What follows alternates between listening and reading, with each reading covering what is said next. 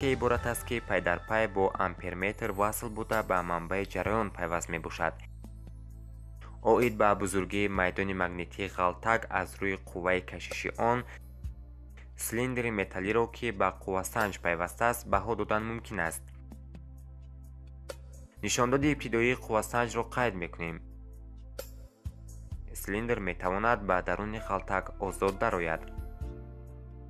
منبع را وصل نموده قوه جریان را در زنجیر تغییر میدهیم. در این حال تغییریابی حالت سیلندر و نشاندادی قوه سنج را قید میکنیم. به خوبی دیدن ممکن است که کشش سیلندر از طرف غلطک از قوه جریان وابسته است.